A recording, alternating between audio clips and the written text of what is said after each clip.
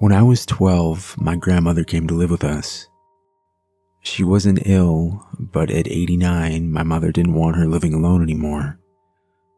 My mom worked, so she had a caretaker help during the day, and on Saturday afternoons, when my mom did her shopping, I would watch my grandma. She was a kind and cheerful lady, and she would often tell me stories about her childhood. During this particular week, I had taken a book out of the library called Tales of Terror. That Saturday afternoon, we were in the living room folding a basket of clean clothes, and I happened to ask her, "What's the scariest thing you can remember?"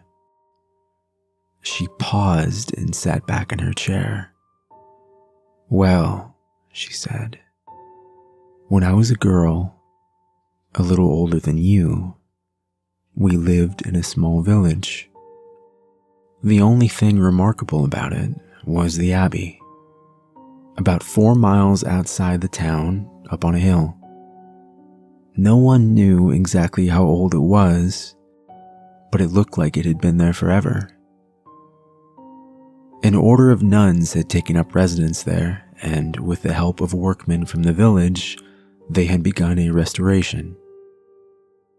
When I was 14, I was hired to work in the kitchens. The Abbey was really the only source of employment for the village, and I was happy to have the work. My job was to clear the tables after meals, do the dishes, and sweep and mop the floors.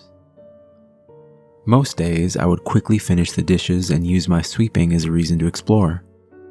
The massive stone entry opened onto what was called the Great Hall, with several large rooms off of each side. This section was in fairly good condition and used to greet important guests. The kitchens and sleeping quarters were on the right, and to the left was the chapel and a wide stone path that led to the oldest and most dilapidated section of the Abbey. This was, of course, the part that I was most curious about. As the weeks passed, I took notice that every day at noon, a large plate of food was prepared and taken out of the kitchen door, across the courtyard and handed to the Mother Abbess. She, and only she, would carry the dish past the chapel and down the shaded path to the old part of the Abbey. She would return in 20 minutes or so, and then retire immediately to her room above the dining hall. The Mother Abbess was quite old and very strict, and I tried my best to keep out of her way. I would do my work and took pride in a job well done. Things went along this way until late September of my first year there. 2 of the nuns became ill, and then 2 became 4, and 4 became 6. It spread quickly, until the few left that were healthy spent their days taking care of the sick. I had been asked to clear the dishes and then head home until farther notice. They said they would send for me after the sickness had passed. I finished my work and walked out into something I'd never seen before, a completely empty courtyard. I looked down the old stone path and thought, this may be my only chance. So I took a quick glance around and moved into the cool shadows of the walkway, up several steps and into the old wing of the Abbey. Outside, it was early afternoon, but in the dark stone hallway, it was twilight. Here, it was completely silent. I could hear my footsteps echo as I stepped slowly down the hall. The passage went on for a while, and it ended at the base of a narrow stairwell. Going up, I felt the curving stone walls with my hand. At the top of the stairs, the hall branched out in 3 directions. I considered retreating, worried I would get lost. That was when I saw the footsteps, clearly marked in the thick dust of the floor. So I followed, down the hallway to the left, up another stairway so narrow that only one person could fit.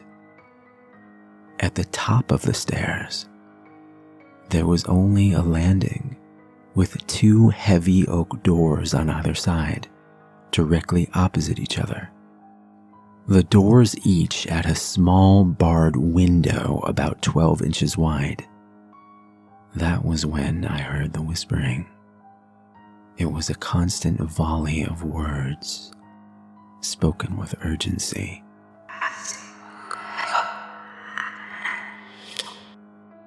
I crept closer to the door to see if I could understand, but the words seemed to connect together, making some other language foreign to me. I don't know what possessed me, but I inched toward the bars.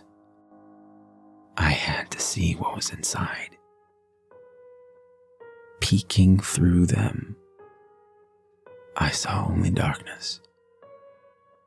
As my eyes adjusted, though, I saw the outline of a small figure. A woman. She was turned away from me. Her long hair was matted and unkempt, and she was whispering at a feverish pitch. It was then that something soft brushed against my ankle, and I fell back against the door with a scream. Something black jumped away from me. I saw that it was just the Abbey cat. He must have followed me from the kitchen looking for something to eat.